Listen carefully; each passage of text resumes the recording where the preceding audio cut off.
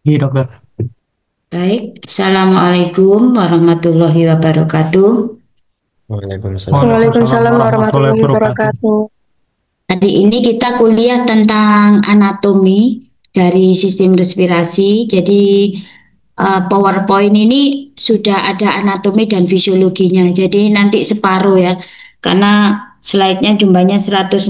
Jadi nanti separuh sekitar 68 untuk eh, saya sampaikan hari ini. Untuk sisanya itu saya sampaikan besok jam kedua. Baik, kita mulai. Jadi sistem respirasi ini terdiri dari kumpulan organ-organ ya yang berfungsi sebagai alat untuk proses oksigenasi melalui proses respirasi, yaitu proses inspirasi dan ekspirasi. Kemudian ditambah dengan proses difusi. Nah, sistem respirasi ini dibagi menjadi dua, jadi ada sistem respiratori yang bagian atas dan bagian bawah, dengan batasannya adalah di plika vokalis. Kalau sistem pernafasan bagian atas ini terdiri dari kafum nasi, kemudian sinus paranasalis, faring, dan laring bagian atas atau yang bagian di atas dari plika vokalis. Sedangkan yang sistem respirasi bawah ini terdiri dari laring yang berada di bagian bawah dari plika vokalis, kemudian trakea, bronkus, bronkiolus, dan paru. Kita mulai dari yang sistem respirasi bagian atas yang terdiri dari kafum nasi, sinus paranasalis, faring, dan laring bagian superior dari plika vokalis. Jadi sistem respirasi atas ini nanti dilapisi oleh epitel, yaitu pseudo stratified ciliar kolumner. Jadi ada silianya ya, kecuali beberapa bagian dari faring maupun dari laring. Yang pertama adalah kafum nasi, jadi batasnya bagian depan atau bagian pembukaan yang bagian depan itu disebut dengan nares ya, lubang hidungnya. Kemudian lubang hidung bagian belakang itu disebut koane. Terus bagian bawah atau dasarnya itu adalah palatum durum, bagian atasnya itu adalah os nasal, os frontal, dan os ethmoid bagian posterior. Berikutnya adalah struktur dari kafum nasi. Jadi kafum nasi bagian anteriornya itu kan tadi adalah nares ya. Nares, kemudian di bagian anterior tadi itu dia nanti akan banyak mengandung glandula sebasea, kemudian juga folikel-folikel rambut. Jadi fungsinya itu adalah untuk mencegah partikel-partikel asing itu masuk ke dalam kafum nasi ya. Jadi bagian anterior itu saringan pertama ya, di bagian hidung bagian anterior. Kemudian di daerah bagian dinding lateral dari kafum nasi ini nanti akan tampak adanya tonjolan-tonjolan yang disebut dengan konka nasi superior, media, dan inferior. Jadi fungsi dari adanya konka ini adalah untuk memperluas area permukaan dari kafum nasi sehingga nanti aliran udara itu menjadi lebih lambat, lebih turbulen, yang fungsinya digunakan untuk menyebabkan udara itu menjadi lebih lembab, kemudian juga lebih hangat ya. Jadi udara yang masuk itu supaya menjadi lebih lembab dan lebih hangat, karena kalau udaranya itu dingin dia akan menyebabkan kerusakan-kerusakan dari epitel di sepanjang saluran pernafasan. Sedangkan di bagian atap ini terdapat epitel-epitel olfaktorius, di mana epitel tersebut ini merupakan reseptor untuk proses pembawaan. Jadi apabila ada udara, partikel-partikel udara itu masuk ya ke dalam hidung ya, di mana partikel tadi itu mudah menguap gitu ya, maka dia akan berikatan dengan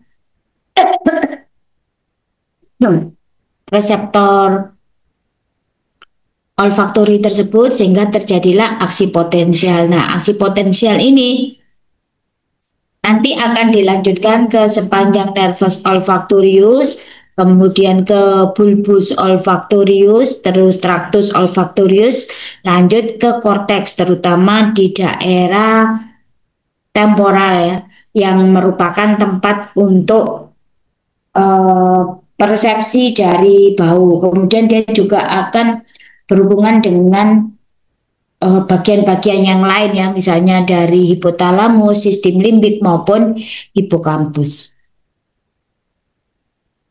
Ini adalah anatomi dari organ saluran pernafasan bagian atas. Jadi yang pertama ini adalah daerahnya adalah kavum nasi, kemudian yang coklat tua ini adalah faring ya. Faring itu nanti akan terbagi menjadi daerah nasofaring karena berbatasan dengan kavum nasi, kemudian di sini orofaring karena berbatasan dengan kavum oris atau kavum oral, kemudian di sini adalah laryngofaring karena berbatasan dengan daerah laring, kemudian ada bagian-bagian dari kavum nasi ini yang pintu depan ini namanya nares, kemudian pintu belakang ini namanya koane. Nah, ini ada lipatan-lipatan mukosa atau tonjolan-tonjolan ini namanya adalah concha nasalis. Concha nasalis inferior, concha nasalis media, dan concha nasalis superior. Batas bawah dari kavum nasi ini adalah palatum durum, kemudian batas atasnya tadi itu adalah os frontal, os temporal, dan os sphenoid. Kemudian batas bagian depan ya, bagian depan itu bagian lateral ya, bagian lateral itu ada os nares. Kemudian aliran darahnya. Jadi aliran darah di bagian eksternal dari hidung ini berasal dari arteri nasalis dorsalis yang merupakan cabang dari arteri ophthalmicus. Jadi arteri ophthalmicus ini cabang dari arteri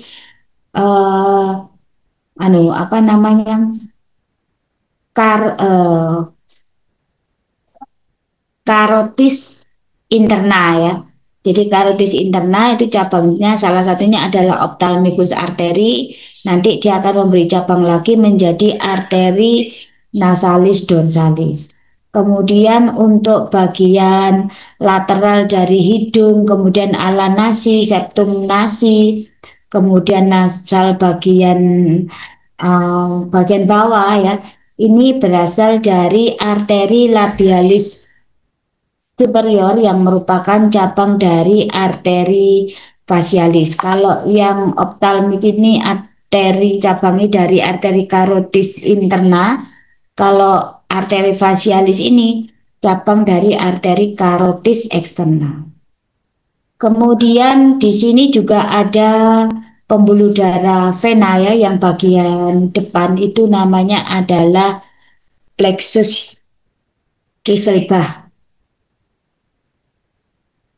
Kemudian vena dari nasal tadi itu nanti akan masuk ke vena facialis anterior, sphenopalatina, dan vena ethmoid.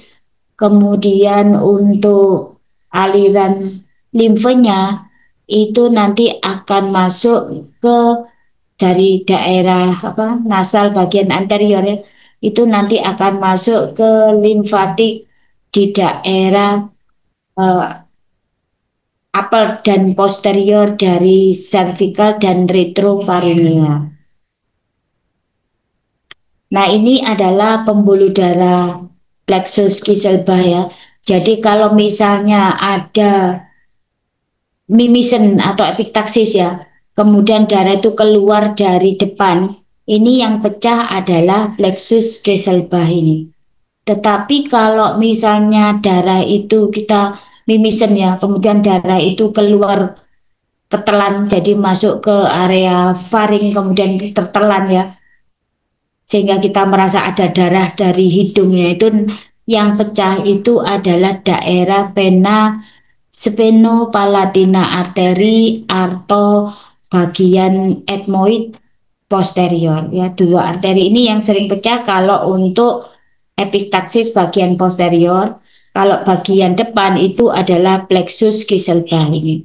Jadi plexus Kieselbach ini kan merupakan gabungan cabang-cabang ujung dari arteri ethmoid anterior, kemudian ethmoid posterior, sphenopalatine, kemudian arteri palatina mayor dan arteri labialis superior ya.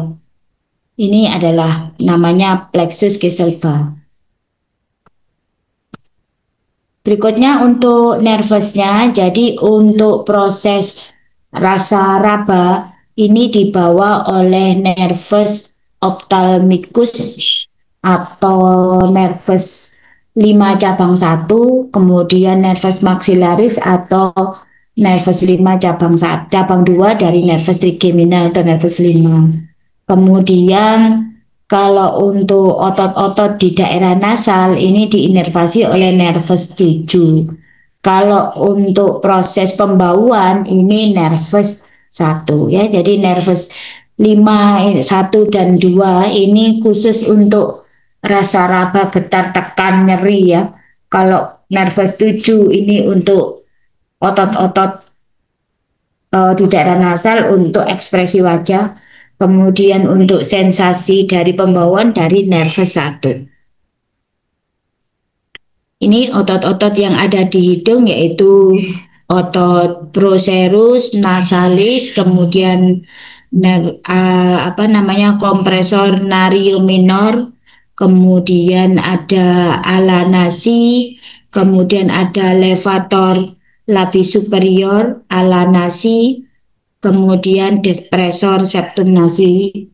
Ini semua adalah otot-ototnya. Juga ada musculus dilatator ya, dilatator naris, kemudian musculus medialus. Ini yang semuanya diinervasi oleh nervus 7 untuk ekspresi wajah. Berikutnya adalah sinus paranasalis. Jadi sinus paranasalis itu ada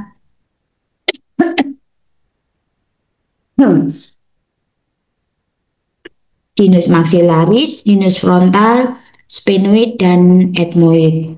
Kemudian sinus paranasalis ini epitelnya berhubungan dengan epitel dari cavum nasi. Jadi dia juga berfungsi sebagai fungsi untuk melembabkan udara dan menghangatkan udara.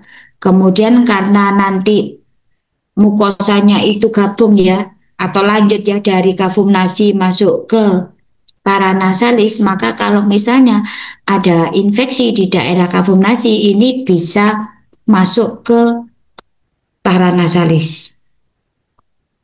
Jadi ini ada rongga-rongga di di basis krani ya. Jadi di sini yang ada di maksila ini namanya sinus maxillaris, kemudian yang di atas ini ada sinus frontalis, kemudian yang di bagian mata bagian depan ini adalah sinus ethmoid, sedangkan kalau yang belakang adalah sinus sphenoid.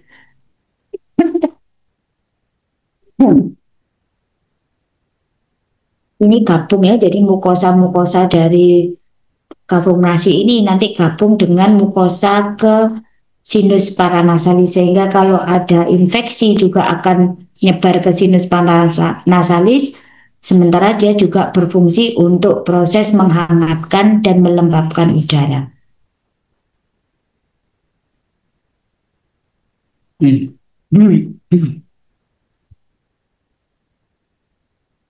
Berikutnya adalah faring.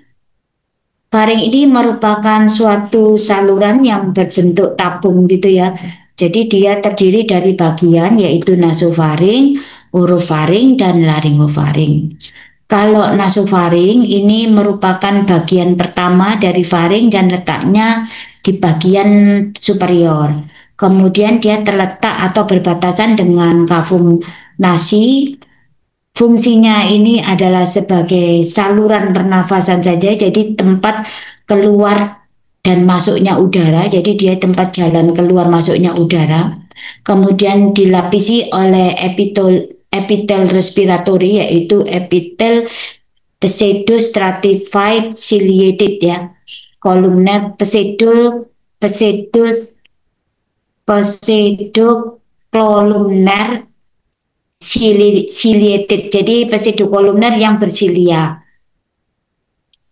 Kemudian ada uvula dan palatum mole yang dimana keduanya ini nanti akan berperan di dalam proses swelling atau menelan ya.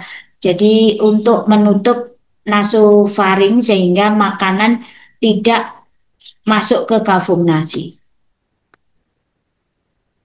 Kemudian daerah orofaring ini berada di daerah posterior dari kafum oris, jadi dia berbatasan dengan kafum oris ya, maka dia disebut dengan orofaring. Jadi orofaring ini juga tempat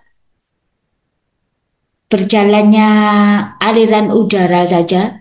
Kemudian di daerah orofaring ini karena dia berhubungan dengan daerah kafum oral, maka dia juga merupakan tempat untuk makanan ya, makanan dari kafum oris itu didorong mau masuk ke esofagus itu lewat orofaring. Dia dilapisi oleh epitel non keratinizing stratified squamous. Jadi epitel squamous yang tidak ada keratinisasi, jadi tidak ada lapisan tanduk ya. Jadi dia sama dengan mukosa di daerah kafum oris. Berikutnya yang bagian paling bawah ini disebut dengan laringofaring. Jadi dia berbatasan dengan laring. Kemudian di daerah laringofaring itu ada dua saluran ya. Jadi bagian anterior itu nanti lanjut menjadi laring, sedangkan bagian posterior itu nanti akan lanjut menjadi esofagus. Nah, ini adalah bagian dari laring. Jadi yang bagian paling atas yang berhubungan dengan kafum nasi namanya adalah nasofaring. Kemudian bagian tengah yang berhubungan dengan kafum oris namanya orofaring. Kemudian bagian yang berhubungan dengan laring ini namanya adalah laringofaring. Nah, struktur yang penting di kafum, maksud saya dari faring ya. Kalau yang ada di daerah nasofaring ini ada yang disebut dengan tonsilla faringea, kemudian ada muara dari ductus tuba eustachius atau ductus auditorius, kemudian ada ini adalah tonsilla faringea, kemudian di sini ada muara dari tuba eustachius. Kemudian kalau di daerah orofaring ini ada yang struktur pentingnya itu adalah uvula, kemudian juga palatum mole, kemudian ini ada tonsilla palatina dan tonsilla lingua. Kemudian struktur yang penting kalau di laringofaring itu adalah adanya epiglotis. Jadi dia nanti fungsinya akan menutup laring supaya makanan ini lanjut ke esofagus. Jadi dia tidak masuk ke saluran pernafasan. Kalau yang mencegah makanan itu lewat kafum nasi itu nanti ada gerakan dari palatum mole ke atas ya, sehingga makanan itu nanti tidak akan masuk ke nasofaring. Berikutnya, aliran darah di daerah faring itu berasal dari arteri karotis eksternal ya untuk daerah faring, tonsil. Kemudian venanya ini nanti masuk ke vena faringea, kemudian menuju ke vena jugularis internal. Untuk kelenjar limfanya ini nanti dia akan masuk ke daerah nodus limfatikus cervical yang bagian profunda. Kemudian di faring ini ada jaringan limfoid yang penting untuk sistem pertahanan di daerah cavum oris, cavum nasi dan faring ya, yaitu adalah ring of Waldeyer yang terdiri dari tonsilla faringea yang berada di bagian atap dari faring, nasofaring, kemudian tonsilla palatina dan tonsilla lingua ya, itu yang ada di dinding lateral, kemudian dan lingua tonsilla itu ada di permukaan posterior dari lingua atau lidah. Untuk persarafannya, untuk sensoris dari daerah faring, ini nanti berasal dari nervus 5 cabang 2. Kemudian untuk daerah orofaring, ini nanti akan mendapatkan inervasi dari saraf 9 ya, saraf 9. Kemudian untuk daerah laring ini mendapatkan inervasi dari nervus 10. Kemudian otot-otot dari faring ini nanti akan mendapatkan inervasi dari nervus 9 dan nervus 10. Nah, muskulus yang diinervasi oleh nervus 9 saja itu namanya adalah stylopharyngeus.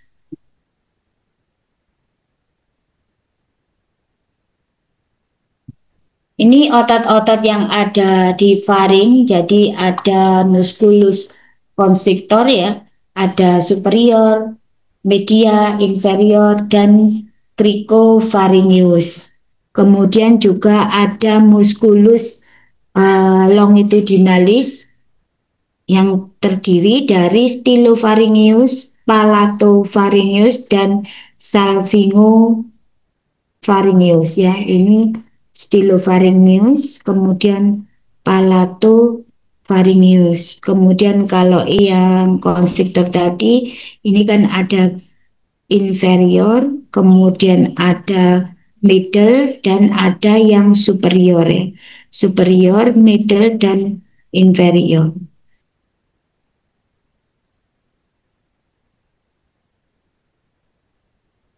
Berikutnya adalah laring. Jadi laring ini merupakan suatu struktur juga bentuknya seperti tabung ya, yang terletak di depan dari esofagus. Kemudian laring ini nanti disusun oleh beberapa kartilago, kemudian ada membran, ligamen, dan otot-ototnya. Terus di laring juga ada plica vocalis. Nanti daerah di atas plica vocalis itu epitelnya adalah stratified squamous epithel, sedangkan di bagian bawahnya itu nanti adalah transisi ya, yaitu pseudo stratified ciliated columnal. Kemudian juga ada sel goblet yang berfungsi nanti untuk menghasilkan mukus. Kemudian fungsinya hanya sebagai tempat saluran keluar masuknya udara, kemudian dia berfungsi untuk membentuk suara karena adanya plica vocalis. Kemudian laryngeal inlet atau pintu masuk ya, pintu masuk dari laring itu nanti akan tertutup oleh epiglotis pada saat proses menelan sehingga mencegah makanan masuk ke laring. Tulang-tulang atau kartilago yang terdapat di laring ini terdiri dari kartilago tiroid, kartilago krikoid, epiglotis, arytenoid, kemudian corniculatum dan cuneiforme. Nah, yang 3 pertama yaitu tiroid, krikoid, kemudian epiglotis itu tidak berpasangan, jadi hanya satu, sedangkan yang lainnya ini arytenoid, corniculatum dan cuneiforme ini terdiri dari 2. Ini adalah kartilago tiroid, di bawahnya ini ada kartilago krikoid, kemudian epiglotis, terus yang di belakang ya ada arytenoid 2, cuneiforme 2. Kemudian ini adalah plika vokalisnya, jadi plika vokalis ini yang nanti mengatur suara ya, jadi aliran udara yang keluar dari paru kemudian masuk ke laring melalui plika vokalis ini nanti akan menggetarkan otot-otot yang ada di plika vokalis.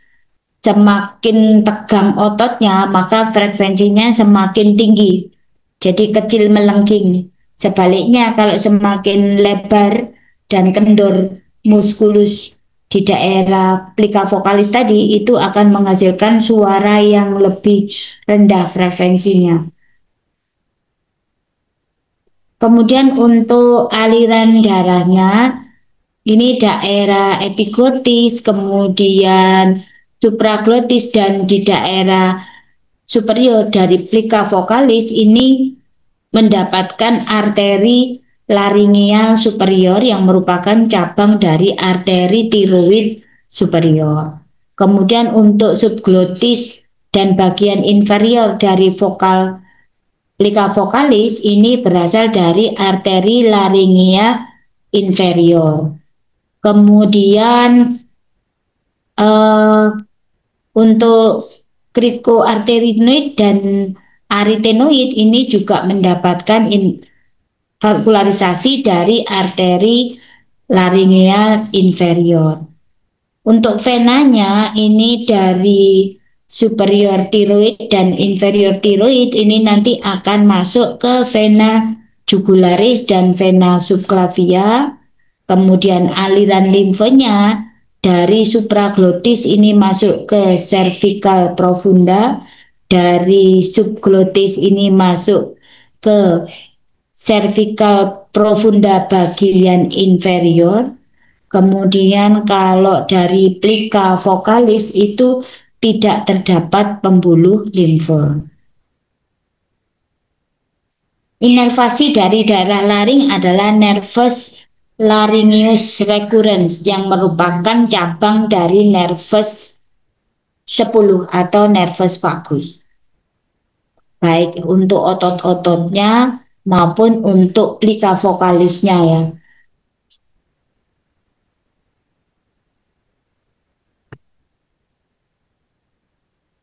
Berikutnya adalah muskulus yang terdapat di laring. Ini adalah muskulus intrinsik, yaitu terdiri dari krikotiroid, kemudian muskulus posterior krikoarytenoid, lateral dan anterior krikoarytenoid, kemudian tiroarytenoid, ari epiglotis dan arytenoid. Kemudian untuk muskulus ekstrinsik ini terdiri dari sternohyoid, kemudian pharyngeal constrictor yang inferior, stylopharyngeus, palatopharyngeus, genihyoid, milohyoid, digastrik, dan stylohyoid. Ini adalah otot-otot yang ekstrinsik ya. Kemudian kita masuk ke sistem respirasi bagian bawah. Jadi kalau sistem respirasi bagian bawah itu letaknya ada di bawah dari plika vokalis ya.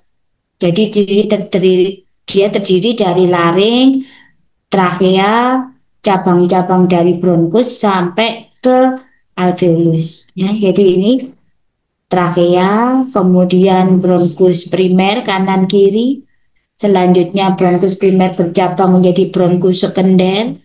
Bronkus sekunder bercabang menjadi bronkus tersier, kemudian berubah menjadi bronkiolus, terus bronkiolus terminalis, kemudian bronkiolus respiratorius, lanjut ke alveolus.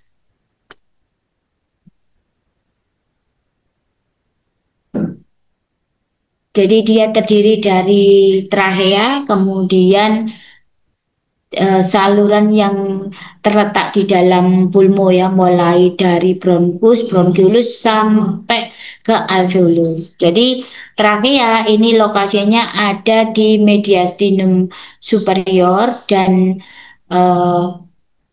dia nanti akan bercabang ya, bercabang menjadi dua dua bronkus ya. Tempat percabangan tadi atau yang disebut dengan trachea bifurcatio ini terletak setinggi torakal 5 ya. Kemudian nanti yang bagian kiri itu nanti akan membentuk bronkus primer kiri, di mana bronkus primer kiri ini letaknya itu adalah di belakang ya, di belakang. Jadi lebih ke belakang lateral, kemudian masuk ke hilum. Jadi hilum itu adalah tempat masuknya bronkea, bronkus atau bronkus ya, maksudnya cabang-cabang bronkus menuju ke paru. Kemudian kalau yang di sebelah kanan ini juga melalui bagian inferior lateral juga menuju ke hilum. Kalau yang kanan ke paru kanan, yang kiri juga ke paru kiri ya. Kemudian untuk bronkus di paru kanan ini lebih vertikal dibandingkan bagian kiri, juga lebih lebar serta lebih pendek. Itu sebabnya bagian kanan ini akan lebih sering mengalami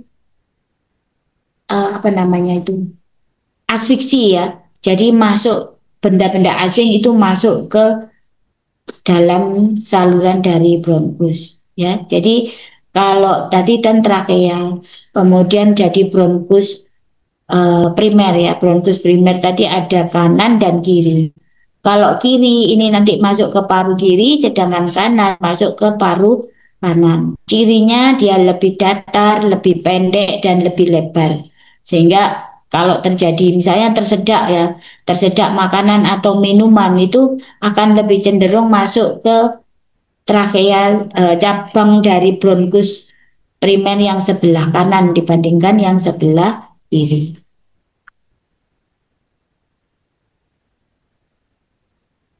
Selanjutnya bronkus tadi nanti akan bercabang lagi ya. Jadi dia bronkus primer tadi akan bercabang menjadi 3 cabang sesuai dengan lobusnya. Itu kalau di paru kanan. Sedangkan kalau paru kiri karena lobusnya hanya 2, maka dia juga akan bercabang menjadi 2. Nah, nanti selanjutnya cabang-cabang tadi akan membentuk cabang-cabang lagi yang disebut dengan bronkus tersier.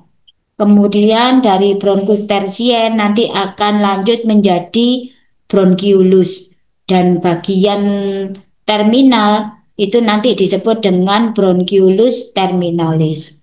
Nah, bronkiolus terminalis ini sudah mulai terjadi proses respiratori atau pertukaran gas. Jadi nanti ada setelah bronkiolus terminalis ini nanti akan ada bronkiolus respiratorius, kemudian menuju ke alveolus ya, terdiri dari sakus dan ductus alveolus. Nah ini ya, jadi trachea ini nanti akan bercabang menjadi bronkus primer. Bronkus primer akan bercabang bronkus sekunder sesuai dengan lobusnya. Kemudian bronkus sekunder cabang-cabang lagi menjadi bronkus tersier. terus jadi bronkiolus. Setelah bronkiolus nanti bagian terakhirnya namanya bronkiolus terminalis, kemudian bronkiolus respiratorius, terus lanjut ke ductus dan saccus alveolus. Berikutnya adalah paru. Jadi paru ini merupakan organ yang berbentuk spong ya. Jadi kayak apa? Ada lubang-lubang yang nanti akan terisi udara. Kemudian dia terletak di cavum thorax. Paru sebelah kanan ini lebih besar dibandingkan sebelah kiri ya, karena di sebelah kiri itu nanti kan terisi jantung ya, sehingga dia ukurannya menjadi lebih kecil dibandingkan paru sebelah kanan. Kemudian paru sebelah kiri ini hanya terdiri dari dua lobus, yaitu superior dan inferior, yang dipisahkan oleh visura obliquus. Kemudian kalau yang bagian paru sebelah kanan terdiri dari tiga lobus. Kemudian masing-masing paru itu nanti akan ada tiga permukaan. Jadi bagian permukaan depan, permukaan depan dan belakang, kemudian apex dan basis. Kalau permukaan bagian depan ini nanti akan ada yang berbatasan dengan costa di bagian depan, kemudian di bagian tengah nanti berbatasan dengan mediastinum, kemudian bagian bawah ini berbatasan dengan diafragma.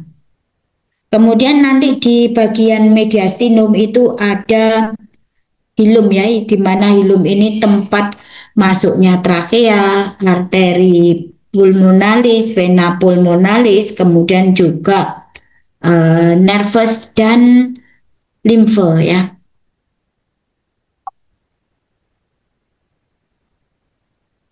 Kalau bagian basis itu nanti bentuknya konkav karena dia kan berbatasan dengan diafragma.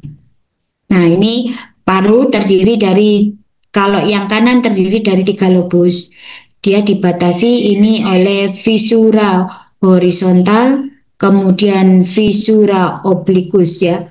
Sedangkan kalau yang bagian kiri ini hanya ada dua lobus. Jadi dua lobus superior inferior dibatasi oleh visura obliquus. Kemudian permukaannya ini permukaan depan. Jadi pars poste ya, permukaan depan. Kemudian yang di tengah ini adalah pars mediastinum. Kemudian yang bagian bawah ini adalah pars diafragma.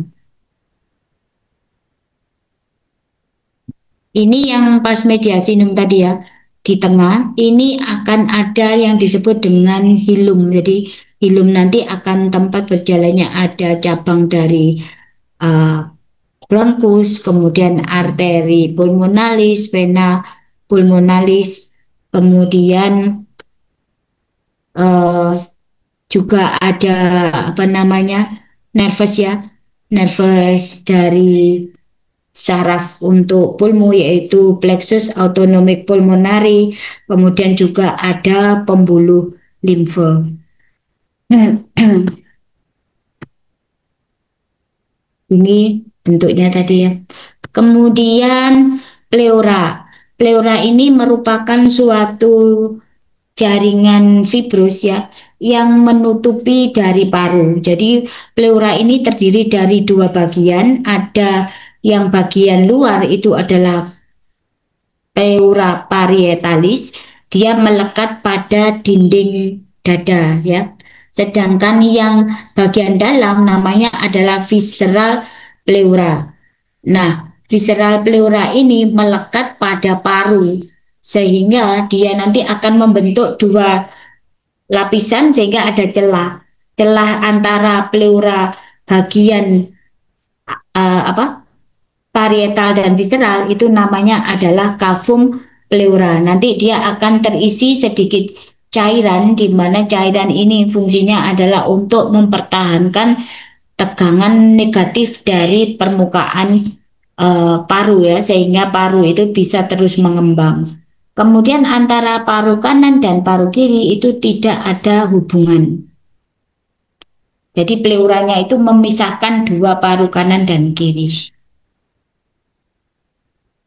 Kemudian pleura ini juga akan terbagi sesuai dengan bagian-bagian dari paru ya. Jadi ada bagian mediastinum, ada bagian costa, dan ada bagian diafragma. Kemudian ada bagian yang masuk ya. Jadi bagian yang itu namanya? Bagian-bagian yang ini lokasinya di antara mediastinum dan costa dan posterior dari sternum. Ini namanya adalah costa mediastinal disease, sedangkan yang bagian bawah itu yang berbatasan dengan diafragma. Jadi ini ya maksudnya ini. Nah ini kan ada bagian yang pleura-pleura ini yang menonjol gitu ya. Jadi kalau yang antara diafragma ini namanya pleura pleura costodiafragmat. Sedangkan kalau yang di tengah ini namanya pleura costomediastinal. Jadi antara costa dan mediastinum, sedangkan di sini antara costa dengan diafragma. Biasanya nanti akan terjadi pengumpulan cairan itu di daerah sini. Karena ini kan paling pendek ya, paling rendah. Jadi misalnya nih ada efusi pleura gitu ya. Maka ada cairan berlebih. Jadi pleura ini kan cairannya paling sekitar sedikit sekali ya, sekitar 50 cc untuk kedua pleura. Nah, kalau misalnya terlalu banyak, misalnya karena ada infeksi paru, sehingga dia menghasilkan cairan, maka cairan kan ngumpul di pleura ini. Maka nanti dia akan menempati daerah paling rendah ini. Daerah paling rendah ini adalah di daerah costodiafragma atau di sini, di daerah costomediastinal atau di sini ya. Jadi ini yang paling rendah yang ditempati oleh cairan kalau memang ada penumpukan cairan berlebih. Berikutnya untuk vaskularisasi dari paru ini berasal dari arteri pulmonaris, kemudian arteri bronchialis, arteri intercosta bronchial, kemudian juga arteri bronchial sinistra. Sedangkan venanya ini dari vena pulmonaris, vena bronchial superficial profunda, dan vena subpleura. Terus untuk limfonodinya, kalau daerah subplera, superficial dan profunda ini nanti akan masuk ke bronchopulmonari, sedangkan kalau bagian inferior dari basis ini nanti dia akan masuk ke trachea bronchial inferior, kemudian kalau bagian yang lobus posterior ini limfonya masuk ke tracheobronchial yang superior.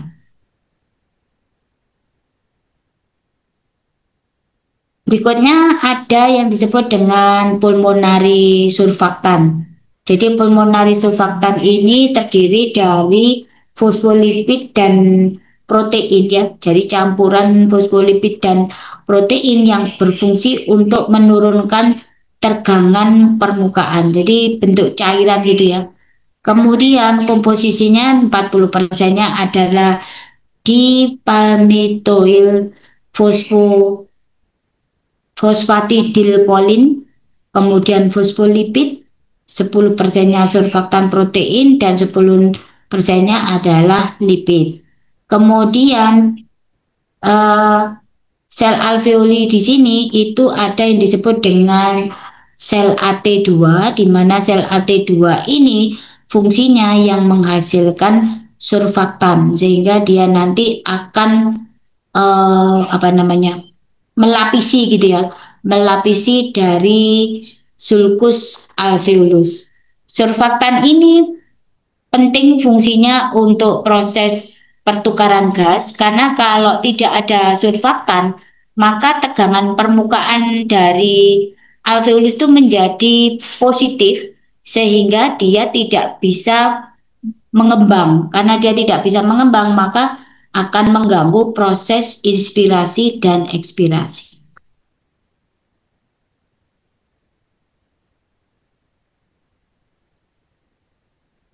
Proses pertukaran gas itu terjadi di alveolus ya. Jadi kan oksigen yang dibawa oleh apa namanya, oleh udara yang masuk dari udara atmosfer ya, masuk ke saluran pernafasan kemudian menuju ke sakus alveoli, itu kan nanti akan masuk ke vena pulmonalis ya. Jadi oksigen ini tekanannya yang ada di sakus alveolus lebih tinggi dibandingkan tekanan yang ada di vena pulmonalis, sehingga nanti oksigen itu akan melalui suatu membran tipis. Nah, membran tipis ini disebut dengan membran respirasi yang terdiri dari sel endotel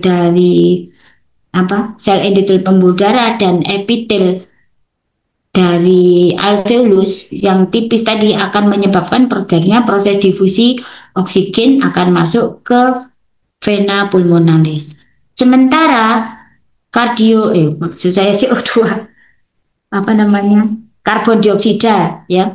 Karbon dioksida yang banyak dari cabang arteri pulmonalis itu nanti dia akan masuk ke alveolus karena tekanan parsial CO2 di arteri pulmonalis lebih tinggi dibandingkan alveolus. Sehingga nanti akan terjadi pertukaran oksigen dari alveolus masuk ke vena pulmonalis, sedangkan CO2 dari arteri pulmonalis akan masuk ke alveolus untuk dibuang ke udara. Nah, proses ini dibantu oleh surfaktan. Jadi surfaktan itu nanti akan menyebabkan tegangan permukaan itu menjadi negatif, sehingga kalau paru itu mengembang gitu ya, karena tekanan berbeda antara tekanan di udara dengan tekanan yang ada di torak, maka aliran udara kan menjadi masuk ya. Nah, pada saat ekspirasi, tekanan di torak itu menjadi lebih tinggi sehingga udara akan berjalan keluar dari paru menuju ke atmosfer. Nah, yang mengatur itu adalah surfaktan. Kalau tidak ada surfaktan, maka pada saat terjadi inspirasi itu alveolusnya mengembang, tapi pada saat terjadi ekspirasi alveolusnya saling menempel. Nah, kalau dia terjadi saling menempel, maka pada saat inspirasi berikutnya itu akan lebih berat. Otot-otot pernafasan harus bekerja lebih berat untuk membuka alveolus, sehingga akan terjadi proses gagal nafas itu terjadi di situ. Terutama pada bayi nanti ya, bayi yang mengalami gagal nafas. Kemudian kalau ada surfaktan pada saat inspirasi alveolus itu mengembang, maka pada saat ekspirasi alveolus itu juga akan mengecil tapi tidak sampai nempel. Jadi masih ada sisa di dalamnya itu udara, sehingga pada saat memulai inspirasi lagi itu lebih ringan beban dari otot pernafasan. Ini adalah proses pembentukan dari surfaktan ya.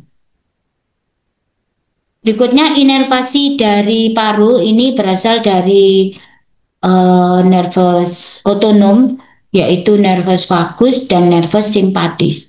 Kalau nervus vagus ini nanti dia akan menyebabkan terjadinya proses bronkostriksi ya, bronkostriksi. Sedangkan kalau yang simpatis itu dia lebih ke arah bronkodilatasi. Berikutnya adalah dinding torak. Jadi kafung torak itu kan dibentuk oleh 12 costae ya.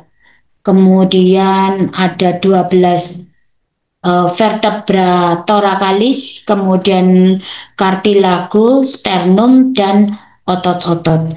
Nah, di mana otot-otot dan semuanya ini ya, dinding torak ini fungsinya adalah untuk pergerakan, kemudian juga untuk proses respirasi, untuk proteksi dari organ-organ di dalam kafum torak. Kemudian untuk kosta ya. Kosta 1 sampai kosta 7 itu disebut dengan kosta vera atau kosta yang sesungguhnya, karena dia berhubungan ya. Dia membentuk hubungan antara, kalau bagian belakang kan semua berhubungan dengan vertebre ya, vertebre thoracalis, tapi bagian depan itu ada yang berhubungan langsung dengan kosta. Itu yang disebut dengan kosta vera atau kosta yang asli atau yang murni kosta ya, karena dia berhubungan antara vertebra dengan kosta, dengan sternum maksud saya. Nah, jadi kan ada vertebra thoracalis di bagian belakang, di depan kan sternum. Kalau dia berhubungan, kosta itu berhubungan dengan bagian belakangnya dengan vertebra thoracal, kemudian depannya dengan sternum, maka dia disebut dengan kosta vera atau kosta murni. Tetapi kalau dia gandol saja, maka dia disebut dengan kosta yang menggantung. Kosta vera, kosta spuria, kosta lupa saya sih, menggantung itu jadi nomor 8 sampai 10. Jadi dia itu tidak betul-betul melekat pada sternum, tapi gantung di kosta nomor 7. Kosta vera, kosta spuria, kosta fluctuantes. Oh, yang bagian 8 sampai 10 itu namanya kosta spuria. Jadi dia nempel di nomor 7. Sedangkan yang kosta 11 dan 12 itu dia tidak berhubungan dengan sternum baik langsung maupun secara tidak langsung. Jadi dia hanya berhubungan dengan vertebra thoracalis saja, sehingga dia disebut dengan kosta fluctuantes. Kemudian untuk muskulus-muskulus yang ada di dinding toraks itu ada muskulus eksternal, interkostalis eksternal, interkostalis internal, kemudian subkostalis dan transversus thoraxis. Ya, di mana muskulus-muskulus ini fungsinya adalah untuk proses respirasi ya, respirasi, sehingga dia akan menyebabkan gerakan torak itu ke arah depan ya, ke arah depan. Kemudian kalau yang otot-otot yang lain ya, yang berkaitan dengan toraks, itu ada otot-otot di daerah ini bahu, kemudian spine atau vertebra bagian belakang ya, kemudian juga di daerah pelvis juga ya, yang nanti akan berfungsi di dalam proses respirasi. Kemudian di dinding toraks bagian depan ini juga ada jaringan mame, di mana jaringan mame ini nanti akan berfungsi kalau pada perempuan ya untuk proses laktasi. Di bawah jaringan mame ini nanti akan ada muskulus yang disebut dengan pectoralis major. Nah, ini adalah kafum torak. Kafum torak itu untuk pintu atasnya atau outlet dari kafum torak itu dibatasi oleh torakal 1, kemudian vertebra torakal, vertebra torakalis 1, costa 1, dan manubrium sterni. Kemudian ini costa 1, 2, 3, 4, 5, 6, 7. Itu kan langsung melekat pada kostanya melekat pada sternum, yang depan belakangnya melekat pada vertebra. Sehingga dia disebut dengan costa yang murni atau disebut dengan costa vera. Kemudian yang 8, 9, 10 ini kan gandol ya. Gandol di costa 7, costa 8, costa 9. Namanya adalah costa spuria. Jadi dia tidak secara langsung nempel ke sternum. Sedangkan 11, 12 ini kan gandol, hanya berhubungan dengan torakal 12. Sehingga dia disebut dengan costa fluctuantes. Kemudian bagian torak, dinding torak ini juga nanti akan berhubungan dengan persendian ekstremitas superior ya. Jadi ini adalah tulang klavikula, kemudian ini adalah scapula. Kemudian kavum toraks itu di bagian atas tadi kan dia ada pintu masuknya ya, pintu masuknya yang dibatasi oleh torakal 1, costa 1, dan manubrium sterni.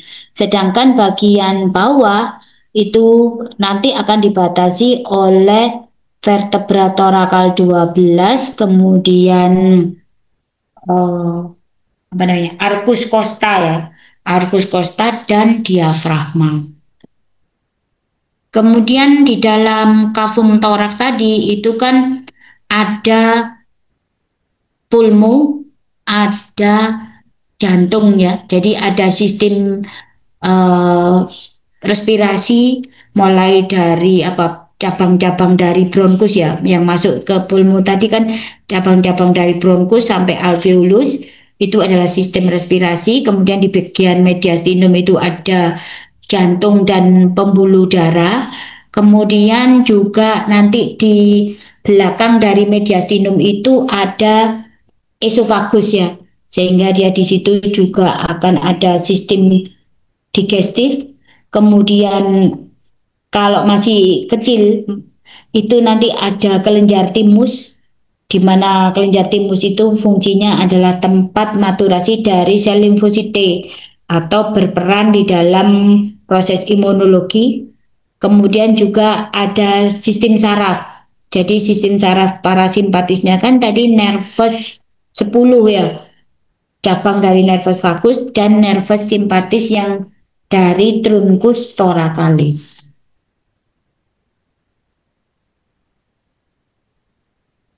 Kemudian lapisan yang membungkus di antar membungkus paru tadi kan ada pleura, di antaranya ada kavum, namanya kavum pleura. Kalau di mediastinum itu juga nanti ada kavum mediastinum ya, yang fungsinya mencegah melindungi. Kalau mediastinum tadi untuk melindungi jantung, jadi supaya dia pada saat berdenyut itu tidak mengganggu organ-organ di sekitarnya.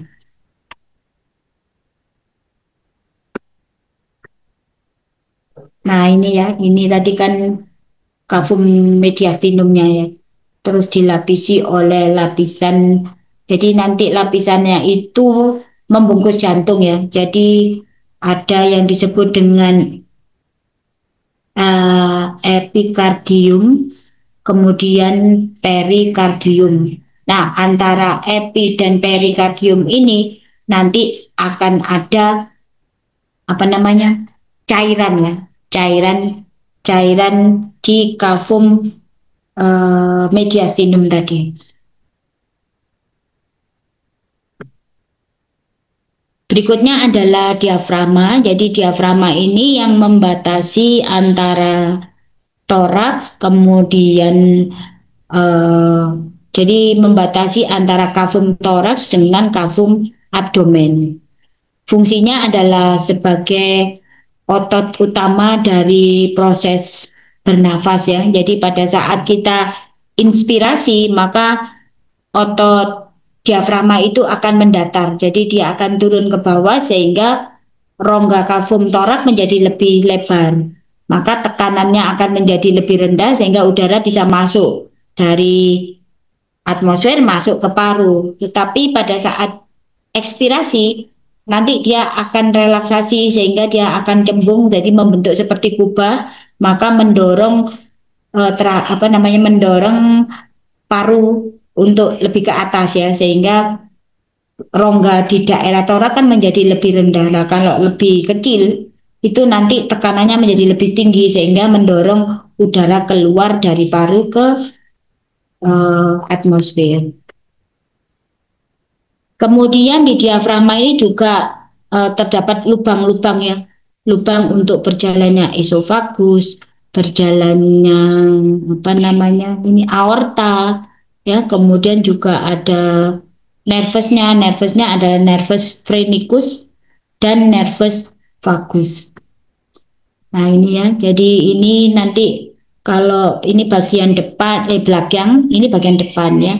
Nah bagian belakang ini nanti pertama dia dilewati oleh cabang dari aorta ya. Jadi aorta aorta abdominalis ya, abdominalis ini lewat ke ini bagian belakang. Kemudian nanti di depan aorta ini ada lubang untuk berjalannya esofagus. Kemudian ini ada lubang untuk berjalannya vena cava inferior kembali ke toraks. Kemudian ini nervus-nervusnya. Kalau nervus dari diafragma itu adalah nervus phrenicus ya. Juga ditambah dengan nervus vagus. Kemudian arterinya ini berasal dari arteri musculophrenikus, arteri phrenicus superior, arteri intercosta dan subcosta, kemudian juga arteri phrenicus inferior. Terus inervasinya ini berasal dari nervus itu tadi ya, phrenicus tadi itu keluar dari C5 sampai C3 sampai C5, sehingga kalau misalnya kita mengalami trauma ya, terutama trauma di daerah vertebra cervical C3 dan C5 ini nanti bisa merusak sehingga aliran saraf nervus phrenicus yang ke arah diafragma itu nanti akan mengalami gangguan. Kemudian untuk sensorisnya ini berasal dari nervus phrenicus dan nervus intercostalis.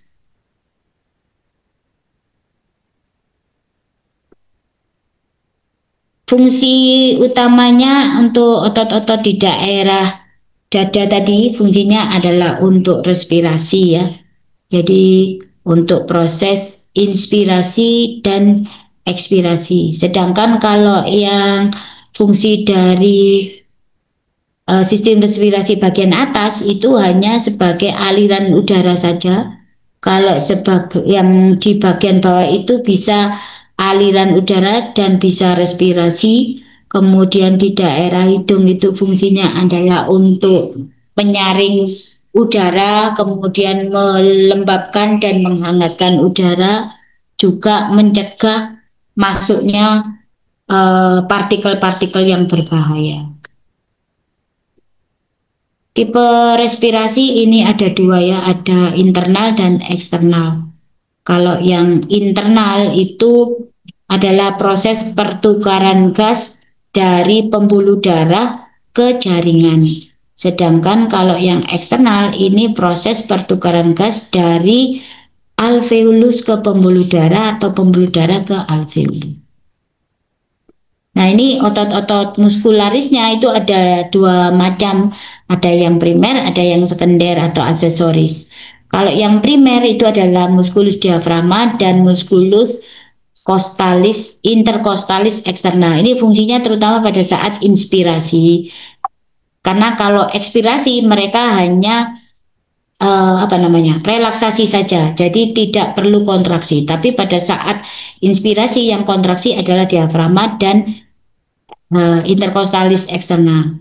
Kemudian kalau misalnya ada gangguan, ada penyakit ya, maka akan ada muskulus tambahan atau yang disebut dengan aksesoris musculus, yaitu sternocleidomastoid, musculus calenus, musculus pectoralis mayor, pectoralis minor, serratus anterior, latissimus dorsi, kemudian serratus posterior superior, dan intercostalis cervicis.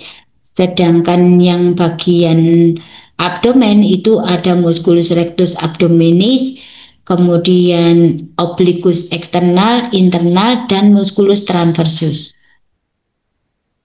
Jadi yang saat kita bernafas biasa, yang bekerja saat inspirasi hanya ada musculus intercostalis eksternal dan diafragma. Pada saat ekspirasi itu keduanya mengalami relaksasi saja. Tetapi pada saat ada proses gangguan ya, sehingga bernafasnya juga mengalami gangguan, maka pada saat proses inspirasi yang bekerja selain otot-otot yang utama tadi, yaitu intercostalis eksternal dan diafragma, juga akan ada otot-otot tambahan, yaitu sternocleidomastoid, kemudian scalenus, kemudian pectoralis minor. Itu yang bekerja pada saat inspirasi. Nah, pada saat bekerja ekspirasi kan tadi kan hanya relaksasi ya sebenarnya. Maka di sini akan terjadi kerja dari otot-otot tambahan tadi, yaitu musculus intercostalis internal, kemudian otot-otot di daerah abdomen, kemudian bisa juga terjadi pectoralis mayor, pectoralis minor, kemudian serratus anterior, kemudian latissimus dorsi, itu semuanya nanti akan bekerja untuk melakukan proses ekspirasi yang exhausted, maksud saya ekspirasi yang abnormal ya. Nah, ini sudah selesai untuk proses anatomi. Apakah ada pertanyaan?